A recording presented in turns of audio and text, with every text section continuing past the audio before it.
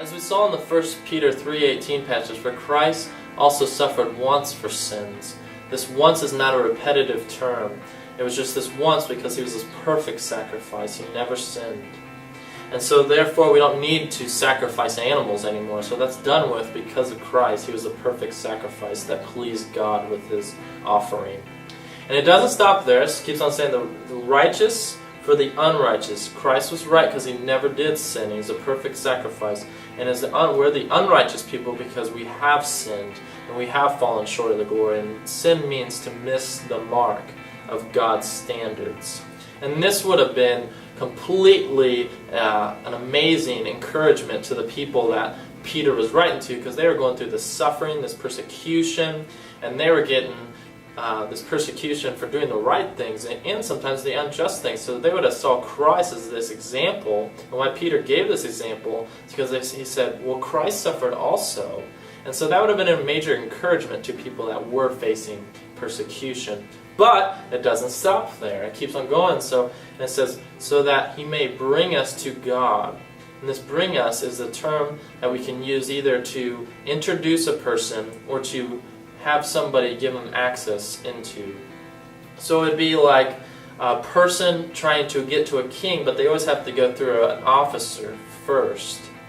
And so this person would try to talk to this person to try to get to the king. Sometimes they might deny him, sometimes they might allow him. So this person, this mediator, would allow them to come to that king. And that's what Christ did for us. He was that mediator that allowed us to come into God freely anytime we ever wanted.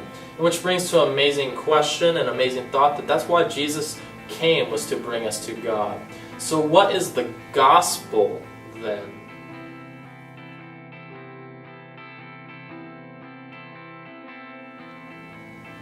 So what is the gospel? The gospel according to 1 Peter 3:18 is that he suffered once for sin. Jesus died on the cross and took the payment of sin because he never sinned, and took the wrath of God because of our sin.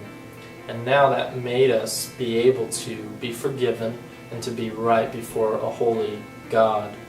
And the great news about that, in that action, was that it's all free because of what Jesus did. Through faith now we can be right before God. And it doesn't just stop there either. The gospel still goes on, and with this verse even, that he might bring us to God. So yes, being right before God and all that stuff is great news, but it doesn't stop there. It gives us the ultimate prize, the ultimate goal is to be brought in God's presence. And that's why heaven is great, because God is there. It's not great because there's gold streets and other things. It's great because God is there. And so if you don't believe this, please just repent, which means change your thinking into a different way of life. Believe that Jesus' resurrection really did happen, and believe that he did really take the payment for sin on the cross. And now, because of the great things that God has done, live a life that reflects Christ. That doesn't mean that you need to do all these things to accept that, but that should be the fruit of that action.